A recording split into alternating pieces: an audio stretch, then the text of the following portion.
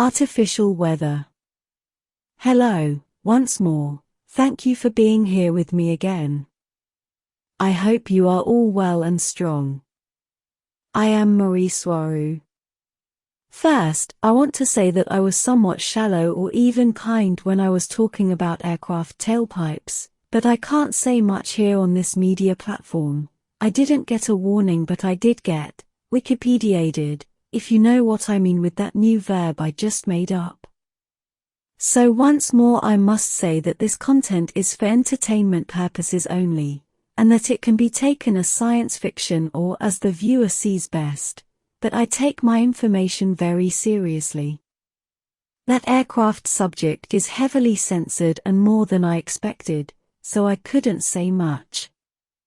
Anyhow, I think I could pass strong enough information about the aeroplane subject. I know I was perhaps too kind to the contaminants of a normally operating aircraft engine, but my data strongly indicates that they are mostly only small ice crystals, yet they are full of harmful contaminants because of all the fuel additives, which include barium, which I can't find why it is mixed as part of the chemical components of jet fuel. Barium is linked with diminished hormone production. It interferes with testosterone and reduces overall fertility in both men and women. If you add 1+1 with the rest of the cabal's agendas, like papayas, and obligatory sweets you must take in the arm, harmful food additives that also lower testosterone and all hormones that are involved with reproduction, such as monosodium glutamate, normalizing and even strongly pushing relationships between members that cannot produce offspring, and creating conflict and separation between the genders that can. You can see where I'm going with this. And even if those trails were 100% ice crystals, they would still be harmful because they are blocking sunlight in large areas, and there is no denying that. No wonder this subject is so censored, as it is one of the most overt and obviously wrong and harmful things that the cabal tries to hide from the population, even downplaying its effects and denying its very existence, which is nothing more than gaslighting the general public, because you would really need to be brain dead not to see those trails as a clear indicator that something is terribly wrong. About climate on Earth in general, I would expect this to be one of the subjects uninformed or matrixed people would be most skeptical about, but it is the objective truth to what is happening on Earth. Even though the planet has its natural climate mechanisms, they are all altered, modified, or guided by above-human knowledge technology on at least 3 main levels or scales, where the first one is the official one, the one governments accept exists, which is normal cloud seeding with normal chemicals, which include silver iodide, potassium iodide, dry ice, which is solid carbon dioxide, and liquid propane. They all cause the condensation of atmospheric water into ice, the exact same way jet fuel does, and depending on atmospheric temperatures one or another compound is used. Then we have the next level of artificial climate control, which involves microwave technology such as the infamous HAARP, whose original installations are no longer operating as they have been replaced by far more efficient mobile array antennas, equipped on large military ships and even on land vehicles, making them a lot harder to detect and trace. This level mainly uses high-energy microwaves to alter the high-pressure and low-pressure areas in the atmosphere, also altering its temperature with radiation, which when using known combinations and algorithms which involve the chemicals suspended in the atmosphere to increase reactivity, will cause strong weather changes in the affected areas.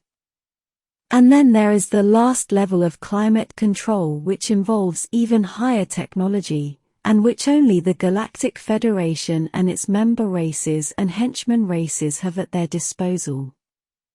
This technology is way above human level and understanding and has been used to alter Earth's natural climate, to the point of creating floods, storms, hurricanes and tornadoes, among other events that will, all in the name of producing an existential experience for the souls incarnated on Earth.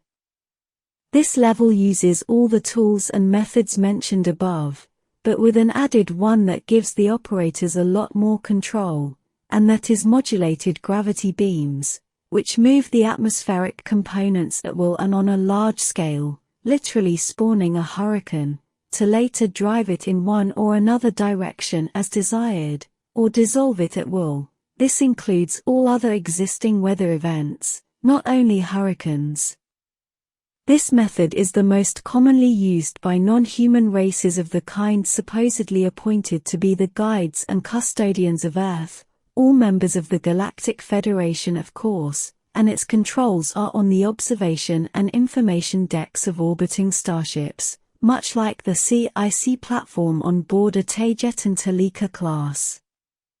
These controls are large three-dimensional holograms of global weather patterns, in full color, which can be modified at will, by moving the holographic objects by hand, wherever you want, or simply by thinking where you want it, if you have the mind-to-machine interface activated.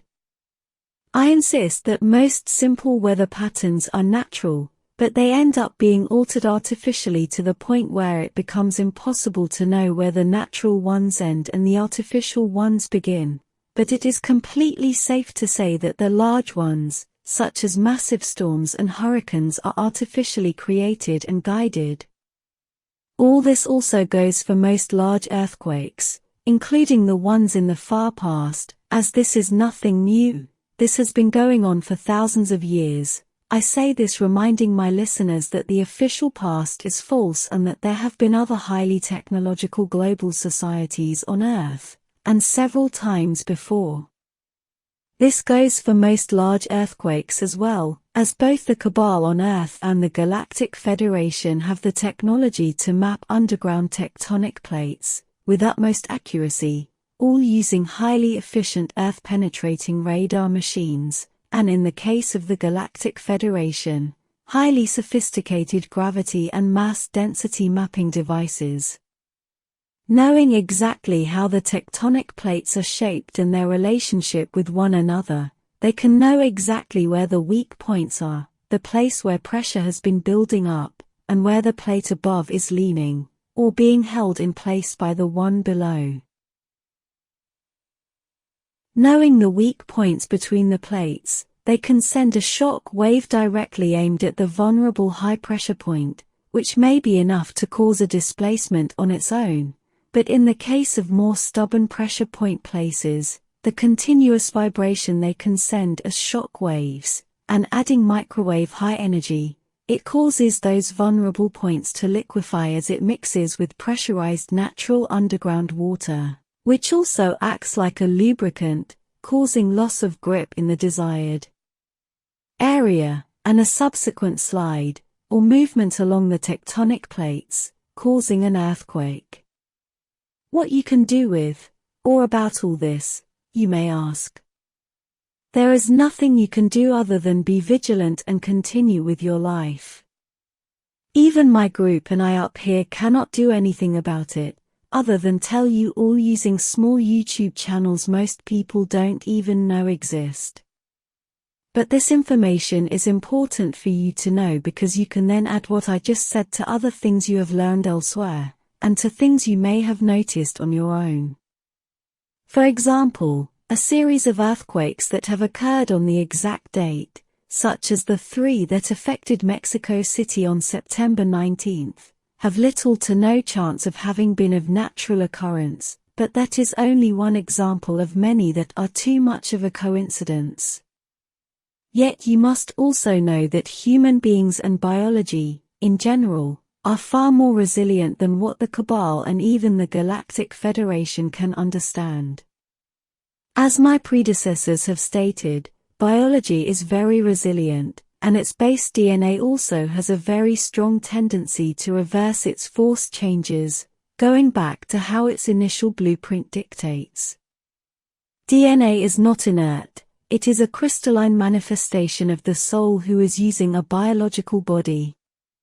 It may take time, but it does revert back to reflecting what its owner's soul wants, so altering people's DNA in a lab, by force, can only bring temporary results, unless the consciousness of the person can be altered as well to go with those artificial changes, so they get synchronized, therefore fixing in place the artificial changes. Yet if the artificially produced alteration is very strong, then it disrupts the connection with the soul, basically maiming or even killing the individual. So don't count on your DNA going back to normal if you end up accepting the unacceptable obligatory things, because it is similar to expecting a hand to grow back after it has been cut off, just because it is in your original DNA blueprint. Thank you for watching my video, and for liking and subscribing. I appreciate it a lot and it helps me out more than what you think, and I hope to see you here next time. Take care. With much love, your friend, Mari Swaruu.